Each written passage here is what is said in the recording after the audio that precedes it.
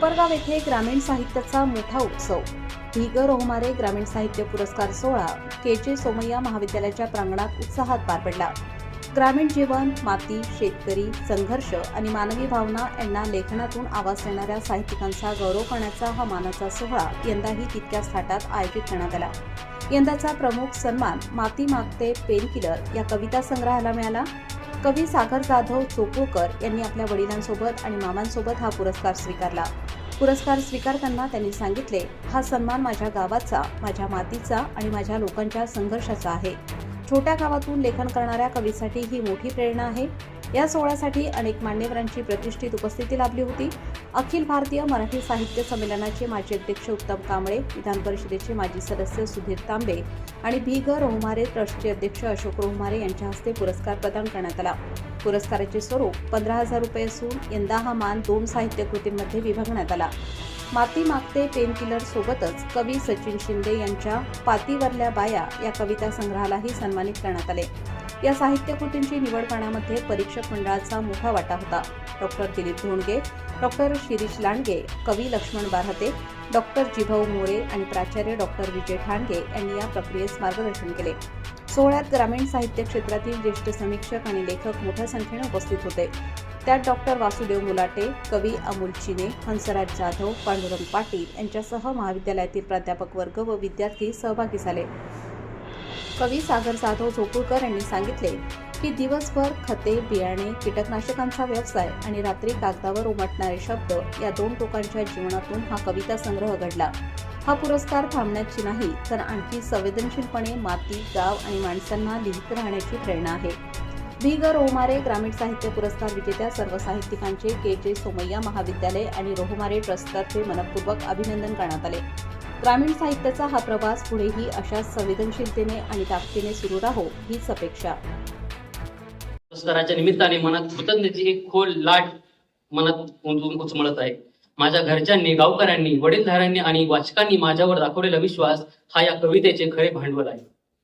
Doctor Shirish Landge, doctor Dilip Dhondge, कवी लक्ष्मण बारहते आमच्या उमराण्याचे, doctor सुधा More, doctor विजय ठाणगे, अशोक रोहमारे, कवी कुळातला मित्र अमोल चिने तसेच मान्यवर परीक्षकांनी आणि रोहमारे ट्रस्टने दिलेला हा सन्मान म्हणजे या मातीच्या दुखण्याला, तिच्या करुण स्वराला दिलेला मान आहे असं मला वाटतं. पुढचा प्रवास नक्कीच अधिक प्रेरणादायी आणि जबाबदारीचा आहे.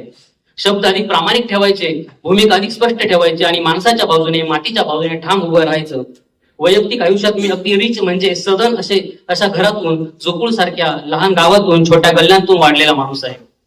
घरातल्या ज्येष्ठांनी पेरलेली कष्टाची आणि प्रामाणिकतेची बीजे माझ्या स्वभावात रुजले आहेत.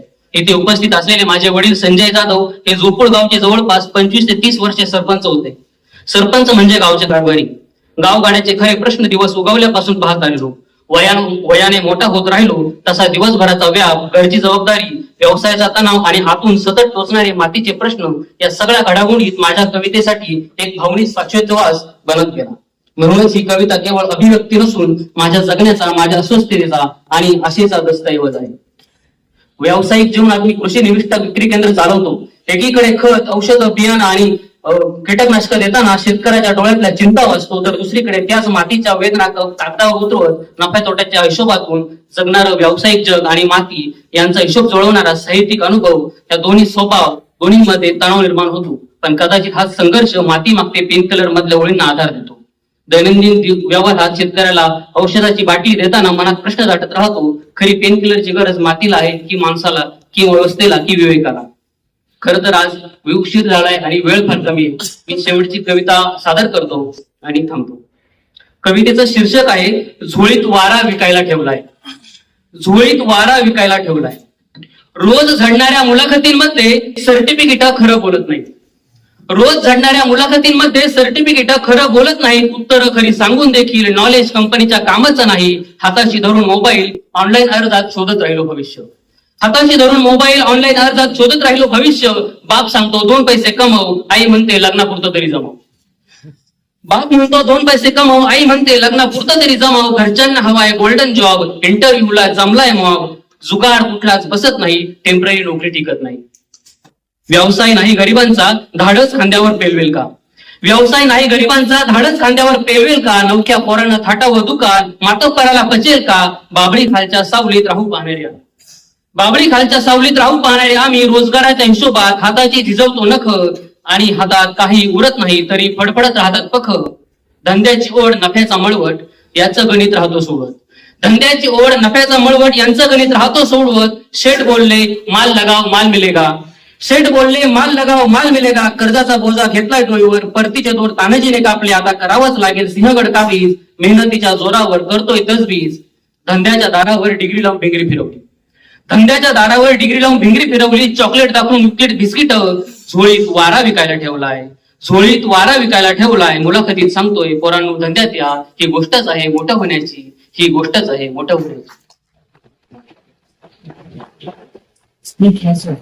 ताज्या व महत्त्वाच्या बातम्या बघण्यासाठी प्ले स्टोअरवर जा, प्रबलभूमी ॲप डाउनलोड करा व या धावपळीच्या जीवनात अपडेट